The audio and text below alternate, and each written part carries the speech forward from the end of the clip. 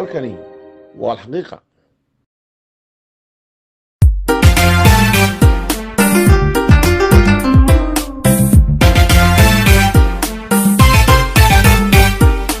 warka xiisihiisiyo xaaja ka qarsooniyo halkaa dahsoona alxaqiiqa weeyaan xogtu meeshaytaa. taariikhdu maanta waxay maraysaa ama ay tahay 7 bishii 9 2021. barnaamijka aan ka hadlayaa waxa uu noqonayaa sheekh la yidhaahdo Shibili oo degan Nairobi sida aan filayo kana hadla warbaahinta ama telefishinada Soomaalida oo sheekh lagu sheego laakiin aniga sheekh ahayn ayaan dhageystay ay iyo aflagaado iyo been abuur iyo masabid oo u soo diray Somaliland oo hawada soo mariyay. khaniisiintii Soomaali bay iskuulada jaamacada ka dhex samaysteen waatan hadda Hargeysa agaga arkeeda iskuulada khaniisiinta ka furan kuwii ugu caansanaa dunida khaniisnimada oo dholeynayay baa dhex taagan ilmahan iyo gabdhahan iyada oo ay badnayd waxa ka soconaya Soomaalida kale ama cayda iyo beenta iyo masabidka iyo xaqiraada iyo xasidnimada ay u soo direen Somaliland ay badan tahay oo ay bulshada noocyadeedii kala duwanaa oo dhammi ay ka suura gashay oo siyaasiyiin hadday noqonayso maxay leeyihiin nooc kastoo bulshadu leedahay waxay ku dambeysay haddana in qaar culimo sheeganaya oo shadaadiina waan culimo ahayn ay been abuur iyo cay iyo gardarro ay u badheerayaan oo ay ilaahay ilaabeen ay hawada noo soo marinayaan. waxay la noqotay inaan ka jawaabo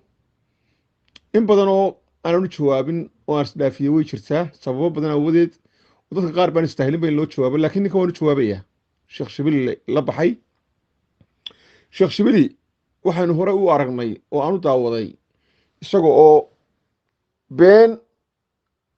xitaa aan caqli la soconin sheegaya. hore ayay u dhacday waxa uu yidhi waxaan tegey dalka Ingiriiska waxaan ugu tegey buu yidhi 700 oo hablood oo Soomaali ah oo AIDS qabo meel lagu xareeyay. yacni beenta xitaa runta uu ee qofka hadduu sheego caqli baa buu leeyahay. waxa kan u dheer doqonnimo u dheer beenta uu sheegayo aqoon la'aan baa u dheer jaahilnimo u dheer adduunka meel la kama jirto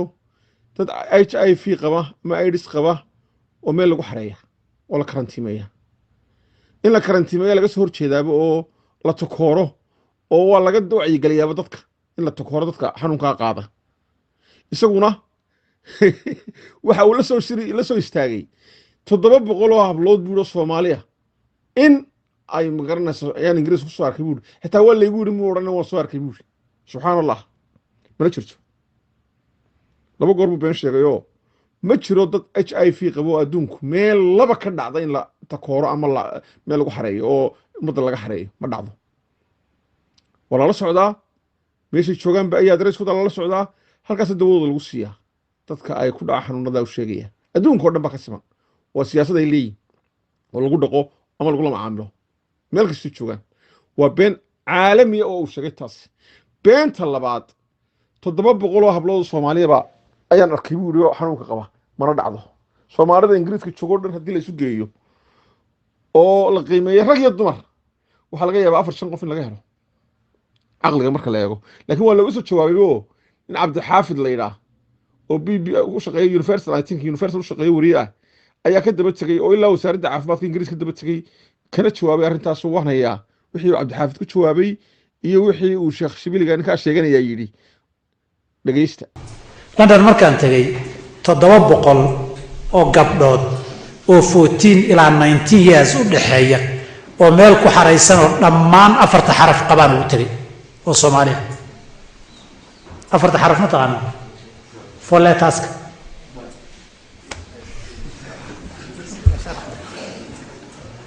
saddex uu ku bilowdaa afarna uu ku dhamaadaa HIV markuu dalaca maxaa la yiraahdaa plus ku darmado imise xaraf uga koobma ha imise leeta wey afar waay afarta xarafkaasaan uga jeedaan aad ogtahayba markii ay dhacday sheekh Shibille inuu sheegay meeluu muxaadaro ka akhrinayo ama lagjar ka jeedinayo markaas inuu dalka Ingiriiska ku soo arkay 700 oo gabdhood oo Soomaaliya meel lagu hayo gabdhahaas oo qaba waa soo hadalka u dhigay xanuunka HIV AIDS waa asagu sidoo uu sheegay indhihiisa ku soo arkay dabadeedna waxaanu isku daynay inaan la xiriirno maadaama arrin halis ay tahay dadkeena in laga wacyigeliyo loo baahan yahay sheekhuna uu yahay sheekh caalima dabadeedna isla mar ahaanta ummadda Soomaaliyeed karaamo iyo sharaf ku dhexle hadalkiisu culays weyn ayuu leeyahay sida awgeedna waxaan la xiriiray markiiba NHS-ka ama wasaaradda caafimaadka ee dalkan Ingiriiska waxaana weydiiyey arrintaas inay jirto dabadeedna muddo ayay iga maqnaayeen wayna igu soo warceliyeen waxayna ii sheegeen arrin lala yaabo inay tahay oo weligeed dhicinin isla mar ahaantaana ay qariibsadeen haba yaraatee wax sal iyo raad oo ay leedahayna aysan jirinin gabdho Soomaaliyeed oo 700 ama 300 ama 500 inaysan jirinin dabadeedna waxaan weydiiyey inay jiraan haddaysan 500 iyo 700 aysan jirinin inay soo baaraan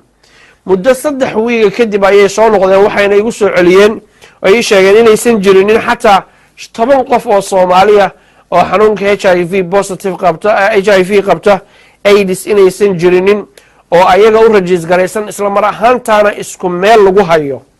arrintaasuna culays bay leedahay maxaa yeelay sheekhu hadalkiisa waxa ku jirtay haddaan xusuustayda aysan khaldanayn inay 700 ay isku meel ku jireen asaguna uu soo arkay dabadeedna waxaan weydiistay inay nasiyaan qoraal cadaynaya arrintaas inaysan sal iyo raad lahayn waxayna ii sheegtay gabadha u qaabilsaneyd dhinaca warfaafinta NHS-ka leeyahay Michelle David isla mar ahaantaana warfaafinta ka shaqeysa qaybta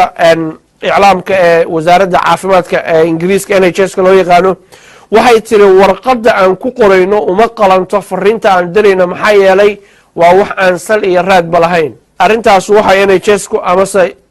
laanta wasaaradda caafimaadka Ingiriisku ay noo sheegtay oo cad ay igu sheegtay inaysan arrintaas sheekhu uu sheegay sal iyo raad haba yaraatee aysan lahayn waxay la tahay inaad dhegaysateen beentii ninkaasi u bareeray iyo ninkii ka daba qaatay ee beentiisii soo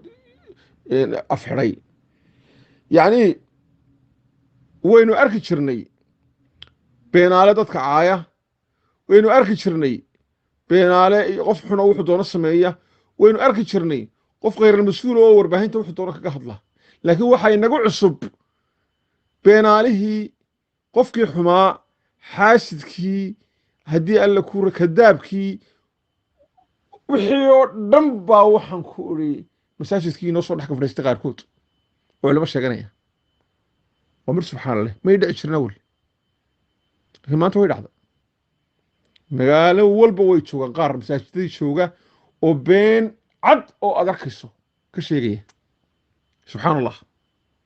oo wax nagu cusub waa arrin uguba way jirtaa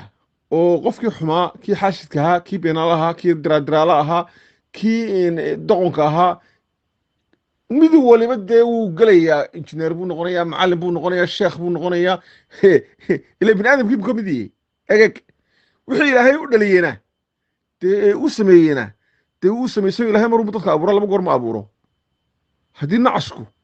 ama qofka xaashidka ama qofka beenaalii uu injineer noqdo waxba ka bedeli mayso hadduu darawal noqdo waxba ka bedeli mayso hadduu dhakhtar noqdo waxba ka bedeli mayso hadduu diinta bartana waxba ka bedeli mayso oo dhalankaa ka adag because waxaan xun dee wuxuu garanayaa inay xun yihiin munaafiquna isagoo munaafiqa diinta ka been sheegayaana ilaa cahdigii nabiga uu jiray isagaana gaal ka xun munaafiqu because gaal kuu bareeray toobaddan waa u furan tahay waana nin bareeray oo waxbaan isku qarnayn laakiin ninka kale waxaa la yidhi abeeso dhulu eekiba ku dishaa dee ninka sheekh u haysta qofkaa beenta intaa lagu bareerayaa dee sheekh maaha waa dee nin dee aan fahmin marka in la fahansiiyaa muhiima qofku inuu khamiis soo qaato axaadiistii qur-aanna akhriyo ficilkiisuna been noqdo wuxuu ku hadlayaana been noqdo dadka cay u diro masabido xaqiro حاسدو دي ما نقول علماء لو شيكرو وكبح طريق علماء والشيطان اكتين غريني وحي هو متريه لكن ما اها بينتا هore weyn ogeyn waxa been labaad uu soo diray oo uu yiri iskuul khaniisnimada lagu barto ayaa ku yaala buu Hargeysa duleedkeeda isagoo abaarso u jeeda subhanallah khaniisintii Soomaali bay iskuulada jaamacada ka dhex samaysteen waatan hada Hargeysa agaga arkeeda iskuulada khaniisinta ka furan kuwii ugu caansanaa dunida ee khaniisnimada uu dholeynayay baa dhex taagan ilmahan iyo gabdhahan xitaa wuxuu maqlay nin khaniis baa bari soo boqday Hargeysa ama iskuulka soo boqday dee ninkaasi xamar buu soo boqdo baydha buu soo boqdo nin wariyaa buu ahaa macallin mu ahayn iskuulka wax ka dhiga ku shaqale kill Somali kids, that it's a Western plot. Dr. Sanjay Gupta joins me now from Dadaab, as well as CNN's correspondent David McKenzie joins me now as well. Sanjay, the international aid groups are working hard to try to stem disease outbreaks at the camps through vaccine programs and an early warning system. Are they having an impact on it? يعني wuu maqlay wixii uu maqlay meeshii uu nacbaa iyo dadkii uu nacbaa buu u miisay وانا بنت انت اللي wuxuu ugu bareerayaana waa nacayb iyo xaasidnimo iyo xumaan ku jirto oo jirto dadka deegaanka degan oo iska dhigayo inuu ninka jaahilka ah ee ahbilka ah caruurtayda ilaalinayo oo naga aqli badan yahay dadka iyaga amaankoodii gartay ee caruurtoodii wax baraya ee xuquuqdoodii garanaya ee wax dooranaya ee wax dejinaya ee dawladda shisheeye ka gacan la ee ayagu istabaray ayuu ka dhigayaa ninka dayacan ee dadkiisa dayacan yahay ee caruurtiisa dayacan tahay inuu annaga na ilaalinayo noo nasteexanayo waa subxaanallah ilmaha Soomaalida kala jooga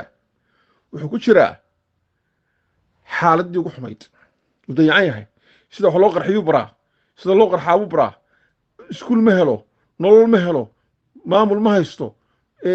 dawlad ma haysto amni ma haysto isaga qarxaya lana qarxiya caruurtiisii kii sida ahaa ayaa haddana caruurtayadii kumaankunka dollar semesterkii wax loogu dhigayay ee la tartimaysa kuwa caalamka ayagoo diintoodii haysta ee aan maanta la soo helayn hal xabbo oo wadadii ka leexday oo ka afqurmay oo ka xumaaday aan la soo helayn ee ay culimo dhashay ee siyaasiyiin ay dhashay ee ganacsatada ay dhashay ee haldoorkii Soomaaliland intii labeyntoodii iskuulada dhigato ay ku caayeen khaniisnimo lagu dhigo oo annaguna aan ku daawano subhanallah wax la dhageysan kara maaha wax la aqbali karana maaha inaga la arka waxa la naga arkay in waxay dolan laynagu sameeyo laynagu sabido layna caayo layna la dagaalamo warbaahinta laynagu dagaalamo oo mid sheekh sheeganaya iyo mid shariif sheeganaya iyo nooc kasta ay leeyihiin bayna la dagaalamo inagu aynu daawano inagu soo dhiirin jirnay waxa lagu soo dhiiriyay waxay naga heleen wax liita oo inaga naga mid ah oo ay ku shaqeystaan codonkaas imika uu ka mid yahay qaar kaleba oo saacku garaacay ayaga oo cilada iyo cudurka haya ee Muuse bixi u haya ay ka fogaatay ninka qura u muuqanaya oo aanay gaari karin oo cadaaladii iyo diintii iyo dhaqankii iyo raganimadii ugu dhow ilaahay baa mahad nagu simay ee fursadana siiyay intanoo culimo inoo timaado oo noo duceeyaan waa wax dhif iyo naadir dadka ay helaan marka aad iyo aad baan idinka mahadnaqaynaa ciddii noo keentay khayrka iyo intaasoo culimo ah iyo ducadii iyo wixii wanaag ahay dadka farteen aad iyo aad baan ugu faraxsanahay ilaahay baan uga mahadnaqaynaa idinka siiyey idinkana waa idinka mahadnaqaynaa intii ka hoshootayna waa uga mahadnaqaynaa waananu jecelahay mar walba iyo goob walba intanoo culimo ah oo ummadda o dhan ka imanaysa oo khayrka iyo wanaagga if iyo aakhiraba nafaraya inayna xusuusiyaan annaga iyo ummadda waa hiil waa garabgal aanu aad iyo aad soo dhaweynino dadka ka shaqeeya diinta iyo wanaagga ku erinaya waxay u luminayaan ay gurigooda u ceebanayaan ay u caayayaan ay cadowga u soo raacayaan waa laba un waa nacayb shakhsi ah ama qolo ah iyo hunguri halkaa la galay hunguriguna hadduu kula galo gurigaaga soo dumi oo mid kaa liitaa oo kugu shaqaysto dee waad liidataa colaad iyo cillad iyo cudurkuna hadduu kula galo qof kuu muuqdo aad gurigaaga intaadi o dhan u lumiso iyana wadaqoonnimo ka weyne ma jirto waxaan leeyahay waraan isku ranno wax waa inaanu iska celinaa oo aynaan daawan because kaa joogsan maayaan oo ma xishoodaan dadkani waxaan leeyahay siyaasigu iyo dowladdeedu way iska celiso way ka adkaatay oo inaga cerkiya dhulka kala marayna shacabka iska celiyo oo wartada iska rawdo oo darawalka iska celiyo oo dilaalka iska celiyo oo haddii alla kuu roon yahay jaadwalaha iska celiyo oo nooc waliba noocooda ha ku beegmo ayaan leeyahay oo dumarkooda ha ku beegmaan ma aha inaynu daawanno dadkaa xun ee ilaa masaajidadii naga soo caayaya ma aha inaynu daawanno waynu iska rawnaa kuwayna la socdana aynu farta ku fiiqnaa oo aynu karantiimaynaa oona iyagana raacinaa wixii aynu ka caqli celin karan inaynu caqli celinaa waxa kalena aynu xabsigana ku gurnaa sidaa cuddoon oo kale kuwa kale inaga raacayana aynu farta ku fiiqnaa aynu tusnaa xumaantooda oo inaanu xil qarin culimmada waxaan leeyahay mar walba miidiyaha ka hadasha ee localka ka hadasha ee wax yaroo sakaara ka biirsan ka hadasha lacagta soo fura sheekhan ergeysa ka hadlay lacagta soo fura mar walba baarakallahu fiikum ummadda lacagta ha loo soo furo waar ummadda lacagta dowladda lacag kuma laan leeyahay sheekhow mashaahar bay dowladdu bixsaacid mushaahar kuma leh laaluushka soo furana wax masaajid lagaga hadla maahee abti localka iska daayo waa qayrka kuwa soo caayaya masaajidda fadhiya sheekhadan siro waxaan leeyahay carruurtaada adeerka ruma u ahayd baa dhigatay iskuulka la caayayo ee beenta laga sheegayo walaalkaayoo caalimo sheekha baa dhalay oo boorka ku jira guddida ku jira kuwaasaa jawaab kaaga baahan intaad maalin walba muuse bixi saaran tahay oo waddanka wuxuu ka qabtay ay noo muuqato oo dhaqaalihii ummaddee la boobayay joojiyey oo wax badan qabtay intaad saaran tahay iska row qayrka kuwa carruurtaadii ku wadaartiyey gurigaagii